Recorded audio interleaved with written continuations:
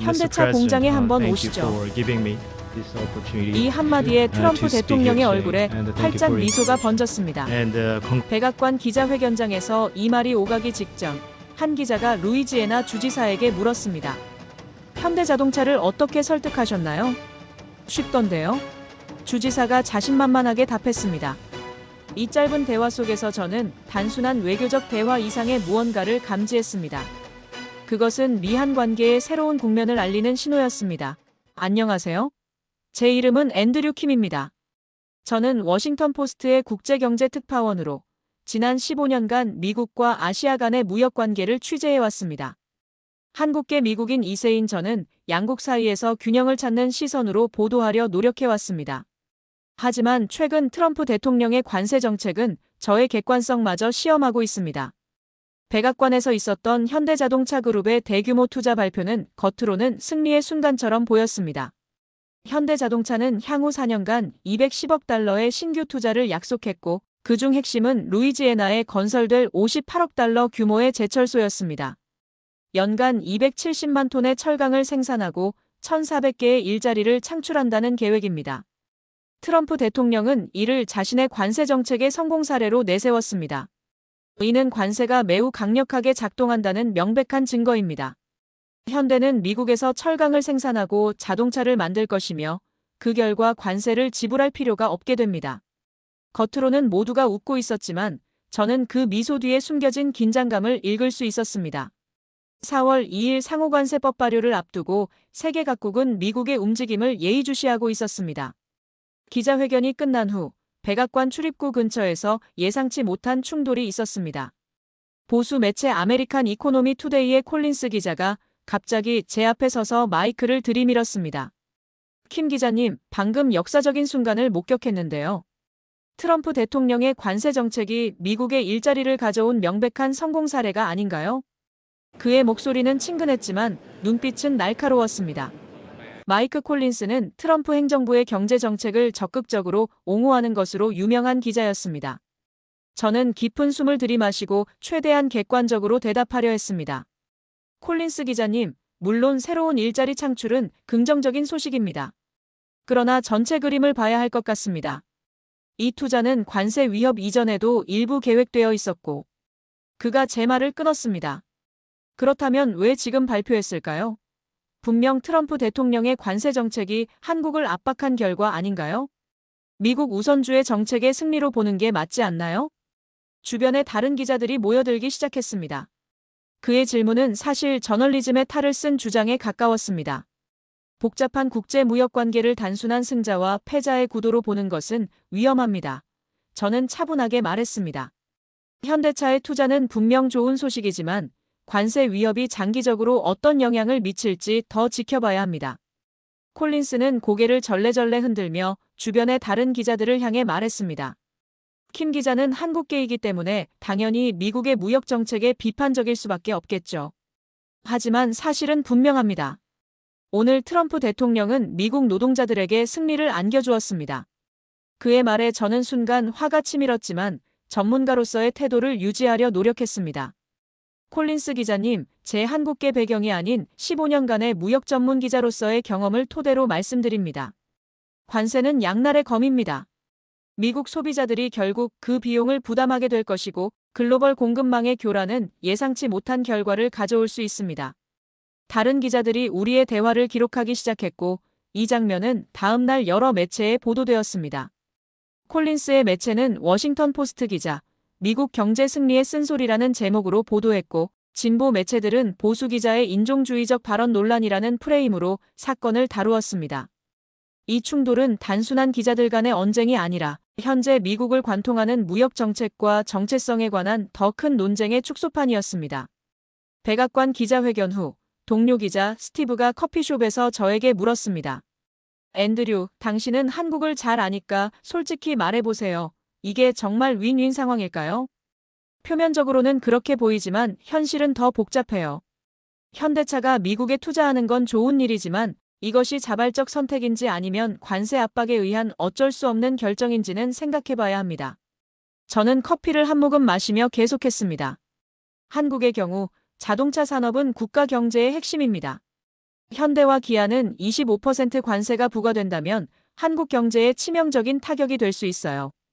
이번 투자는 생존을 위한 전략적 결정이라고 봐야 합니다. 마이크 콜린스와의 충돌은 어땠어? 예상했던 일이에요. 그는 좋은 기사를 원하는 게 아니라 자신의 정치적 신념을 확인받고 싶었던 거죠. 그가 루이지애나 현장 취재에도 갈 거라더군. 현대차 제철소 예정 부지를 방문할 계획이래. 나도 그곳에 갈 예정이에요. 현장의 목소리를 직접 들어봐야 진실에 더 가까워질 테니까. 트럼프의 관세 정책은 전 세계적으로 파문을 일으켰습니다. 각국의 반응은 그들의 경제적 이해관계와 미국과의 관계에 따라 크게 달랐습니다. 유럽연합 EU는 가장 강경한 대응을 보였습니다.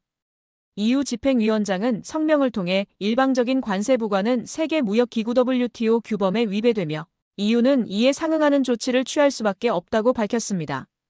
EU는 미국산 농산물, 위스키, 철강 제품, 오토바이 등에 대한 보복 관세 목록을 이미 작성했으며 즉각 발효할 준비가 되어 있다고 경고했습니다.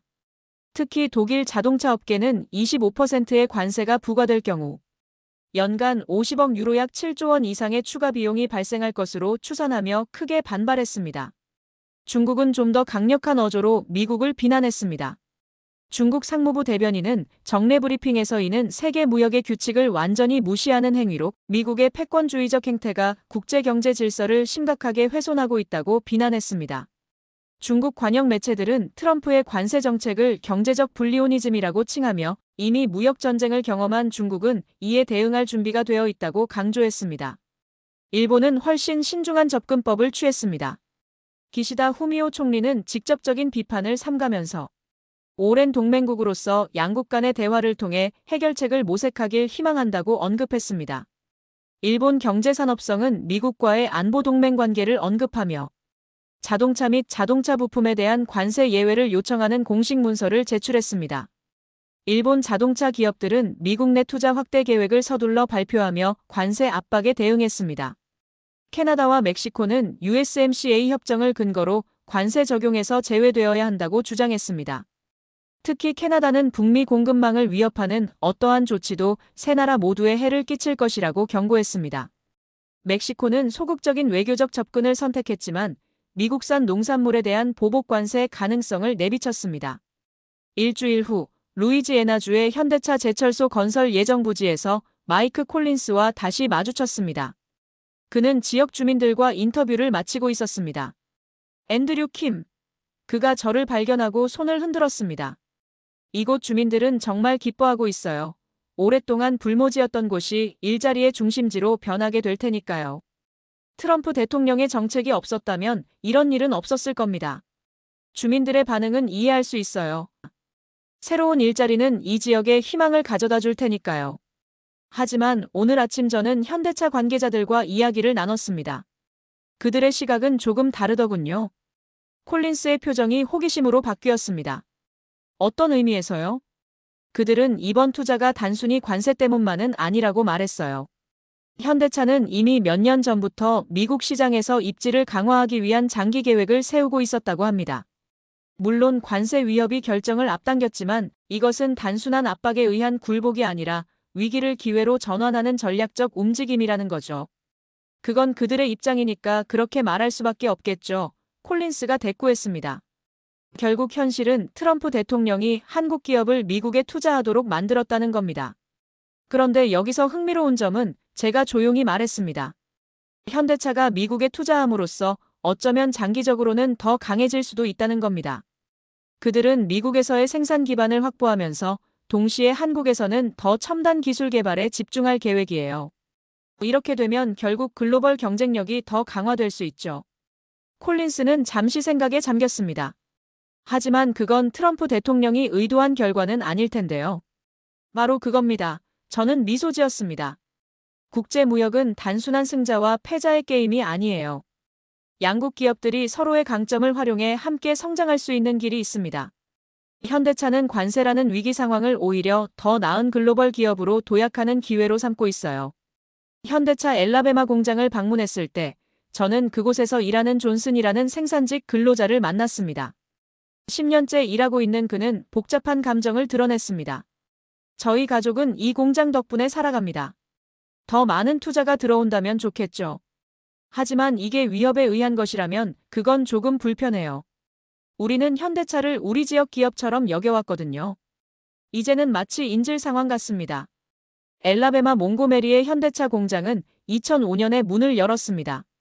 처음에는 3,000명 정도의 직원으로 시작했지만 지금은 직접 고용 인원만 4,200명에 달하고 부품 협력사까지 포함하면 1만 5,000명 이상이 이 공장과 연계되어 있습니다. 이곳은 단순한 공장이 아니라 하나의 경제 생태계로 발전했습니다. 공장 근처에 위치한 아웃백 스테이크하우스 매니저인 사라 톰스는 이렇게 말했습니다. 현대차 직원들은 우리 레스토랑 매출의 40% 이상을 차지해요. 그뿐만 아니라 이제는 한국 음식점도 3곳이나 생겼고 국제학교도 들어섰어요. 이전에는 상상할 수 없었던 변화죠. 몽고메리가 국제적인 도시가 된 겁니다. 몽고메리 시장은 저에게 이렇게 말했습니다. 현대차가 오기 전과 후 우리 도시는 완전히 달라졌습니다. 실업률이 7.5%에서 3.2%로 떨어졌고 대학에 가지 않아도 좋은 직장을 구할 수 있게 되었어요. 이제 우리는 새로운 남부의 상징이 되었습니다. 하지만 이런 성공적인 협력 관계도 관세 위협 앞에서는 취약해질 수 있다는 우려가 커지고 있었습니다. 조지아주 웨스트포인트의 기아 공장 방문은 더욱 인상적이었습니다. 2009년 경제위기 시절 문을 연 이 공장은 지역 경제를 되살린 영웅과도 같았습니다. 공장 관리자 사라 윌리엄스는 말했습니다. 우리 마을은 기아가 오기 전 유령 도시였어요. 지금은 7,000명이 직간접적으로 이 공장과 연결되어 있습니다. 더 이상 미국 회사와 외국 회사의 구분은 의미가 없어요. 우리는 하나의 지역사회입니다. 웨스트포인트는 한때 섬유 산업의 중심지였지만 해외 경쟁으로 인해 대부분의 공장들이 문을 닫았습니다. 인구는 급감했고 다운타운은 황폐화되었습니다. 그러다 2006년 기아 자동차의 진출 소식이 전해졌고 2009년 첫 자동차가 생산 라인에서 나왔습니다. 지역 상공회의소 회장인 토마스 그린은 그때를 이렇게 회상했습니다. 기아가 오기로 했다는 소식이 전해졌을 때 사람들은 거리에서 환호했어요. 마치 전쟁에서 승리했다는 소식을 들은 것처럼요. 이 지역은 실업률이 거의 20%에 달했고 젊은이들은 모두 떠나고 있었습니다.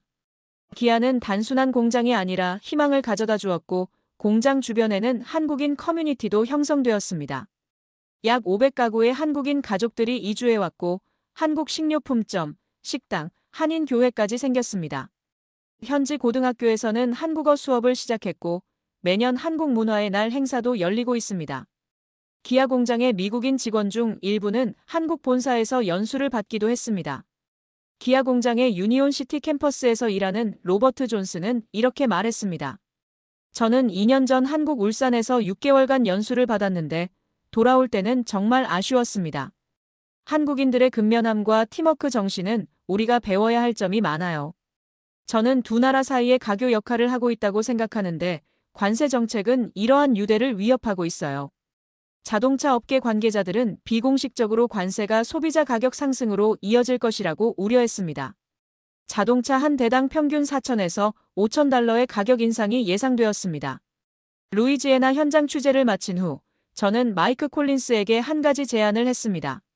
마이크, 우리가 서로 다른 정치적 시각을 가지고 있지만 함께 균형 잡힌 기사를 써보는 건 어떨까요? 관세 너머의 진실 한미 자동차 산업의 미래라는 제목으로요. 다양한 시각을 제공하는 게 독자들에게 더 도움이 될 것 같아요. 그는 잠시 망설이더니 동의했습니다. 좋은 생각이네요. 우리의 관점 차이가 오히려 더 풍부한 이야기를 만들 수 있을 것 같습니다. 현대차 미국 법인의 한 중간 관리자와의 비공개 인터뷰에서 더 깊은 내막을 들을 수 있었습니다. 정 회장님이 직접 백악관에 오신 것은 단순한 투자 발표 이상의 의미가 있어요. 사실 우리는 몇 개월 전부터 이 관세 폭탄에 대비해왔습니다. 트럼프 대통령이 첫 임기 때도 비슷한 위협이 있었지만 이번에는 실행 가능성이 훨씬 높다고 판단했죠. 그는 계속해서 말했습니다. 현대차 그룹은 이미 미국에 대규모 투자를 해왔습니다. 2019년 트럼프 대통령이 서울을 방문했을 때 시작된 조지아 새 공장 건설도 그 일환이었죠. 하지만 완성차만으로는 부족했습니다. 공급망 전체를 미국으로 가져와야 했어요. 그래서 제철소 건설을 결정한 겁니다. 조지아 새 공장은 기존의 웨스트포인트 공장 인근 브라이언 카운티에 건설 중입니다. 약 110억 달러를 투자해 전기차와 배터리를 생산할 예정이며 8,500개의 일자리 창출이 예상됩니다. 이는 단일 자동차 공장으로는 미국 내 최대 규모의 투자입니다. 공사 현장을 방문했을 때 이미 많은 한국 엔지니어들이 현지에 파견되어 공사를 감독하고 있었습니다.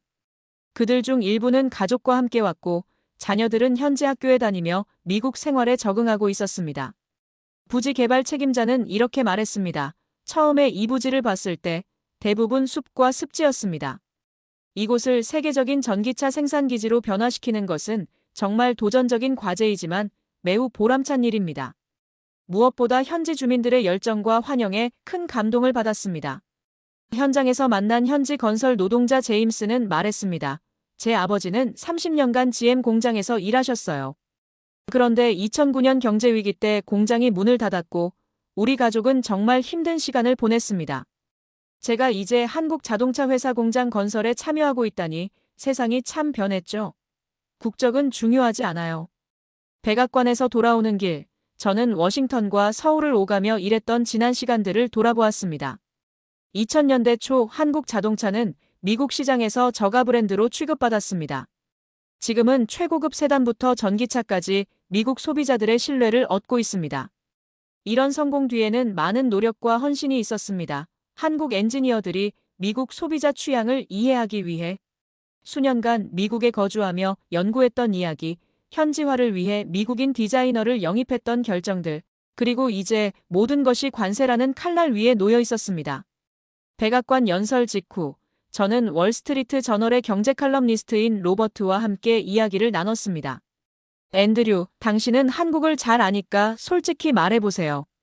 트럼프의 관세 전략이 실제로 효과가 있을까요? 효과가 있다면 그건 단기적이고 표면적인 측면일 뿐입니다. 저는 대답했습니다. 문제는 이런 외교적 강압이 세계 무역 시스템에 어떤 영향을 미칠지예요. 관세는 눈에 보이는 무역 적자만 다룰 뿐 복잡한 글로벌 가치 사슬의 실체를 무시하고 있습니다. 그는 고개를 끄덕이며 말했습니다. 상호관세법이 발효되면 3천억 달러 이상의 수입품에 추가 관세가 부과될 텐데 이것이 인플레이션으로 이어질 가능성은 어떻게 보시나요? 그건 거의 확실합니다. 월마트나 타겟 같은 소매업체들은 이미 소비자 가격 인상 가능성을 경고하고 있어요. 중국의 10% 추가 관세, EU와 캐나다 제품 관세 이 모든 것이 미국 소비자들의 부담으로 돌아갈 겁니다. 트럼프 첫 임기 때의 관세 정책을 분석해보면 미국 제조업 일자리는 거의 늘지 않았습니다. 기업들은 생산 비용 상승으로 인해 자동화를 가속화했고 결과적으로 일부 일자리는 오히려 감소했죠. 더 중요한 점은 관세로 인한 추가 비용의 약 90%를 미국 기업과 소비자들이 부담했다는 것입니다. 이런 대화 후 저는 비판적인 시각에서 관세 정책을 분석하는 기사를 쓰기로 결심했습니다. 관세라는 망치로는 모든 문제가 못으로 보인다는 제목의 칼럼은 상당한 반향을 일으켰고 여러 경제학자들과 산업 전문가들의 지지를 받았습니다. 놀랍게도 마이크 콜린스도 관세의 진실 마이너스 위기를 기회로 바꾼 한국 기업이라는 기사를 발표했습니다. 그는 계획했던 미국의 승리라는 프레임에서 벗어나 글로벌 무역의 현실을 균형 있게 다루었습니다. 그의 기사는 이렇게 결론지었습니다. 트럼프 대통령의 관세 정책이 미국의 투자를 이끌어낸 것은 사실이지만 현대차는 이를 단순한 압박으로 받아들이지 않고 글로벌 전략 재편의 기회로 활용했다. 한국 기업의 이런 유연한 대응은 미중 무역 분쟁에서 한국이 오히려 승자가 될 가능성을 보여준다. 그의 기사는 보수 독자들 사이에서도 긍정적인 반응을 얻었고 심지어 백악관에서도 주목을 받았습니다. 이 과정에서 저는 관세 정책이 얼마나 복잡한 영향을 미치는지 깨달았습니다.